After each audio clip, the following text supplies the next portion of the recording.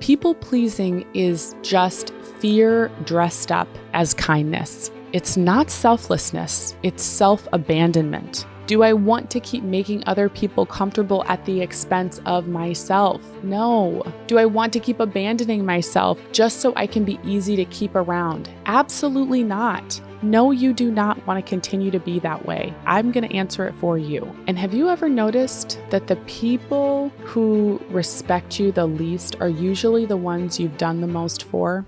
Welcome to the Upgrade with Elle. Okay, so what if I told you that being the easy friend isn't actually a compliment? Being the low maintenance partner, it's not a flex. Being the chill family member that never really asks for much, it's not actually something to be proud of. I know that may come as a surprise, but what it actually means is that you've trained people to see you as the most convenient person in their life. And let me tell you something, people don't respect convenience. They just get used to it. This episode is for the ones who keep swallowing their opinions, for the ones who say, it's fine, when it's really not. I was one of them. For the ones who don't want to be a burden, so they carry everything else in silence. For the ones who keep making themselves smaller, softer, quieter, just to keep the peace. You've convinced yourself that your needs can wait, that you're easy to love because you're easy to handle. But I want to ask you something right now. What did it cost you to become the convenient one? What did it cost you? Because maybe it cost you your boundaries. Maybe it cost you your peace. Maybe it cost you your voice. And if you are really honest with yourself, maybe you don't even know what you actually want anymore because you've spent your whole life being who everyone else needed you to be, not who you actually wanted to be. And if that's you, if there's any part of this that hits you in the chest, I want you to keep listening. Because today, we're breaking down the hidden cost of being the convenient blank. You fill in the blank. And by the end of this episode, I promise you that you'll start seeing every version of yourself that you buried just to make sure everyone else was okay. And here's the thing, you might be the convenient friend. You might be the convenient partner. You might be the convenient coworker that always says yes. You might be the convenient daughter, son, family member, whatever it is. But the truth is, it doesn't really matter the title because once you've made your life about making other people comfortable, you've already paid a price that no one ever acknowledged. This is the hidden cost of being convenient. So let's just break this down. Nobody wakes up one day and just says to themselves, you know what? I want to make myself smaller. I want to make my needs ignored. I want to silence my voice. I want to carry everyone else's burdens on my back.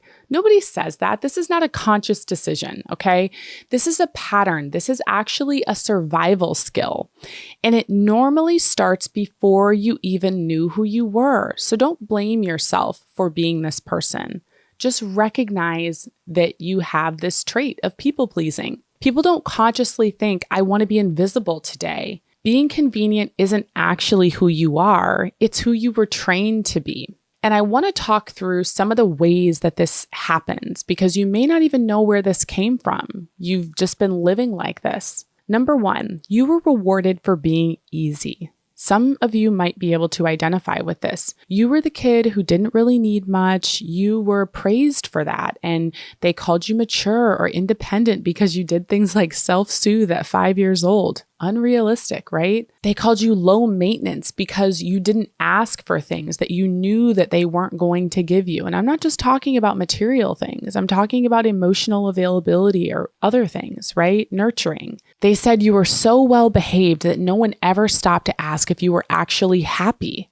Being easy to love shouldn't mean erasing parts of yourself just to stay in the room, okay? So just know that. And the worst part of this is that that version of you, the one who didn't ask for anything, was praised for it like it was a gift, but it wasn't. And remember that. That is not a positive thing to never ask for your needs to be met. You didn't get attention for expressing your needs.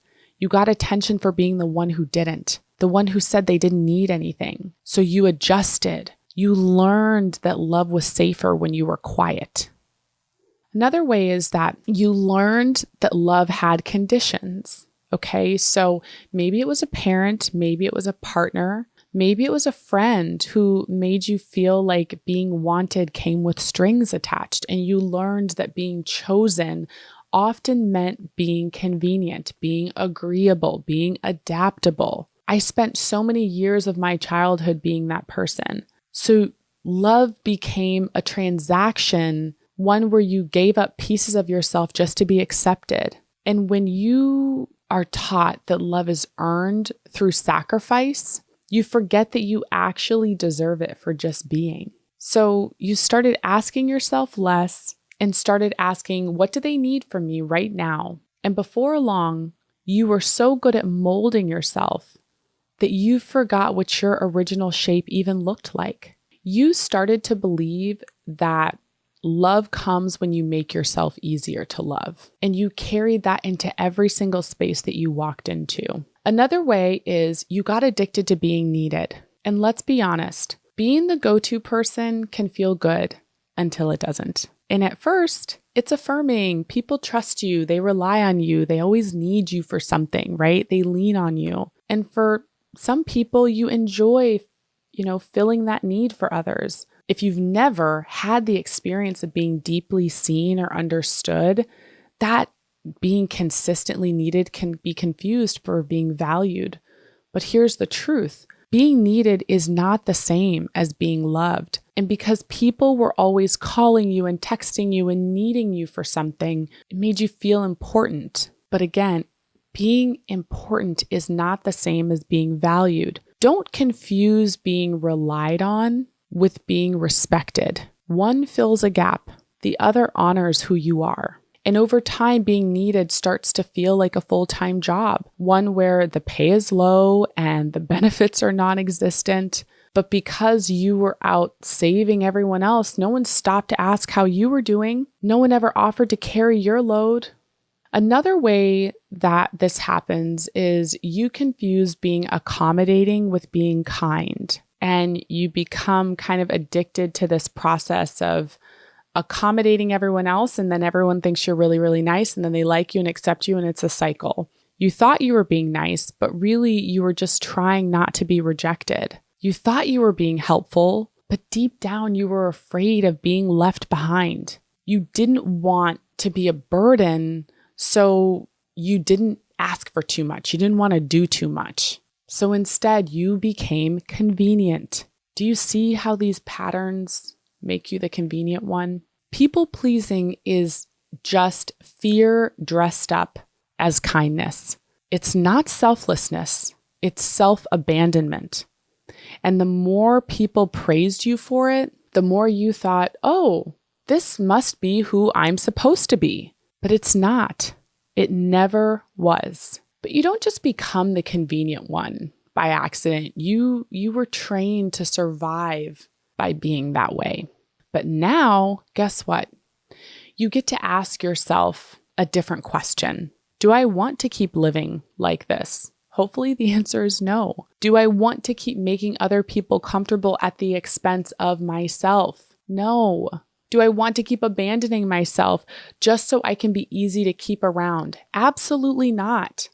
No, you do not want to continue to be that way. I'm going to answer it for you. It's not in your best interest to move like that, to operate like that, because here's the truth. You can unlearn this behaviors. You can rebuild. You can come home to yourself, but only if you're honest enough to admit that you were never actually okay with this. Let me tell you something. You were never meant to be the background character in your own life. Okay?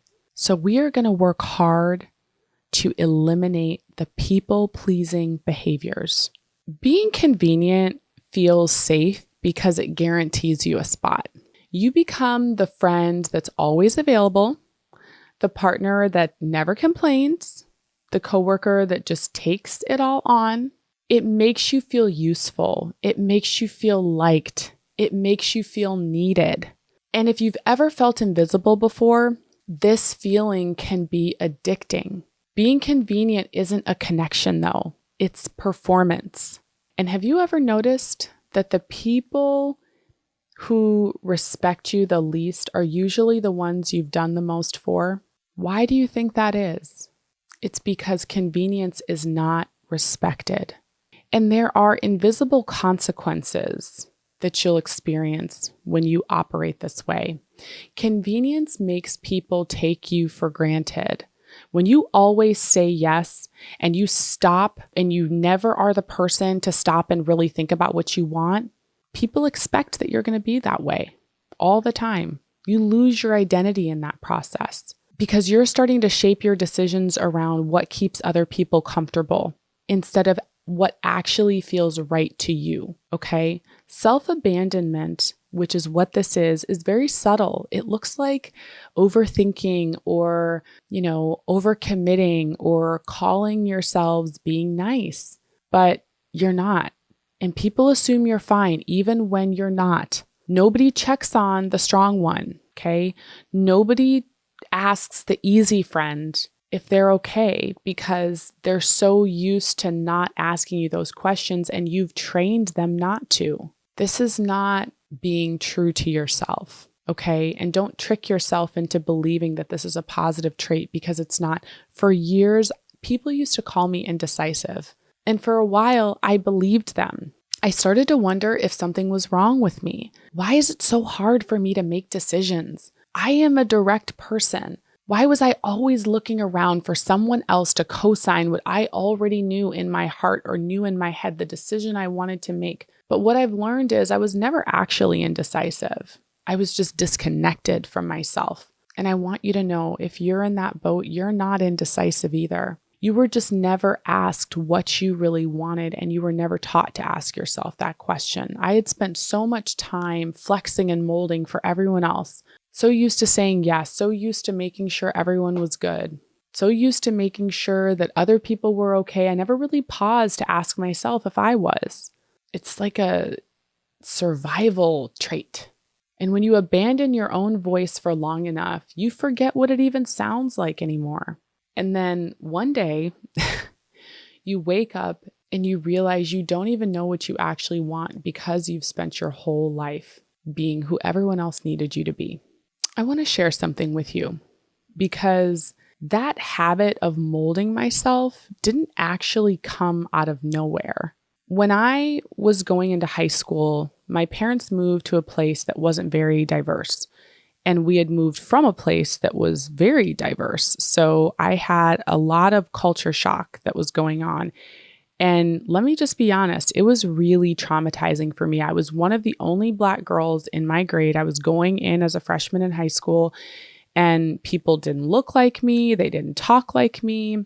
They didn't come from the same kind of area that I grew up in. And no matter how hard I tried, I was not accepted, not fully, not freely. And after a while, that pain, it made me shift. I had to shift. So I stopped trying to be liked and I started trying to be tolerated. And when you're just trying to survive in a space that wasn't built for you, people pleasing becomes a protection plan. And it was the protection plan that I adopted. So I started over accommodating. I started over adapting, smiling through things that weren't okay, making myself easy to be around, even if it meant I was hiding who I really was. It was a very painful experience for me. It makes me very emotional talking about it. And that wasn't who I wanted to be. It's who I needed to be to get through that moment. And it's what you do in moments when you need to feel safe because you didn't feel safe operating any other way. And here's the hardest truth about unlearning convenience. At first, it feels wrong. It feels selfish. It feels like you're letting other people down because you've spent your whole life training people to accept you as this yes person, accept your silence, your flexibility, that the first time you choose yourself, they're going to notice and it's going to ruffle some feathers and it's going to make people uncomfortable because they're not used to seeing you like that. And some of them will not like you for it, not because you're doing something wrong, but because you're disrupting a system that they've gotten very comfortable with. So I want to talk you through the steps of undoing this, unlearning this, okay? And the first step isn't setting boundaries, believe it or not. It's believing that you're allowed to have them. You can't hold a boundary if you don't even believe you're worth protecting. If you don't walk away with anything from this episode, please remember that. You have to stop seeing yourself as the peacemaker, as the fixer, as the strong one who doesn't need anything. You have to stop performing. You have to stop performing worthiness and start protecting self-trust. That is the key. And if you're wondering how to actually break this habit of being convenient, here's where I want you to start. I want you to ask yourself, what do I want? And be honest about the answer.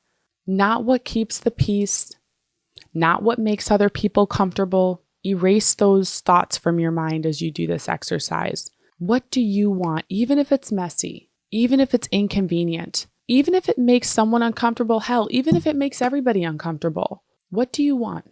Number 2, let silence do its job, okay? If you say no and they go quiet, let them.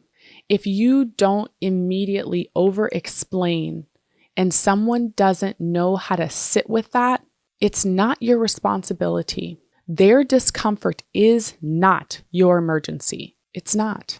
Number 3, some people will not accept or understand the new you or try to understand the new you. When you stop abandoning yourself, the people who benefited from your self-abandonment, they're going to feel it first. And you need to let them. You need to let them shift and let them go. Number 4, choose discomfort over resentment every single time. Setting a boundary might make you feel guilty for like 5 minutes, but saying yes to something you hate or that doesn't honor your peace, that's going to eat at you for days. You're not protecting the relationship if it costs you your peace, okay? So listen, you don't owe anyone the most convenient version of you. You do not. You don't have to keep being the low maintenance person in people's lives to be loved. You don't have to be silent to be accepted. You are allowed to take up space. You are allowed to change. You are allowed to disappoint people if it means you stop disappointing yourself. This isn't about becoming difficult. It's about becoming whole. And if this episode brought up anything for you, I want you to know you're not broken for becoming the convenient one.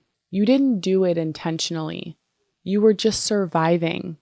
You were adapting. You were trying to be safe in a world that didn't always feel safe for you. But now you're not surviving anymore, and you are allowed to be fully seen. You are allowed to choose you. And maybe that means you're not as agreeable as you used to be. Oh well.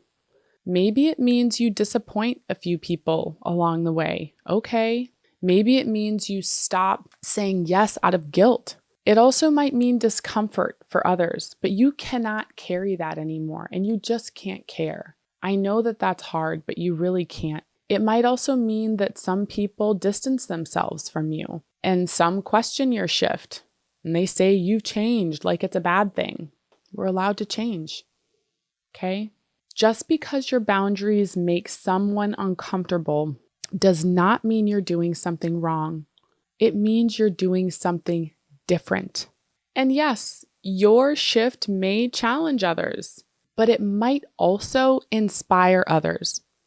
Because when you give yourself permission to honor your voice, you also give others permission to do the same. When you don't shrink back, when you don't second guess growth, you're giving other people the permission to do the same thing. So don't mistake their resistance for a sign to revert, okay? That's just the sound of old systems breaking. That's what that is. So if you're looking for permission, this is it. You don't have to keep being the most convenient person in the room. And I would encourage you to stop. The biggest risk is not failing. It's staying the same. and you can't change the past, but you can decide on the future. So upgrade accordingly.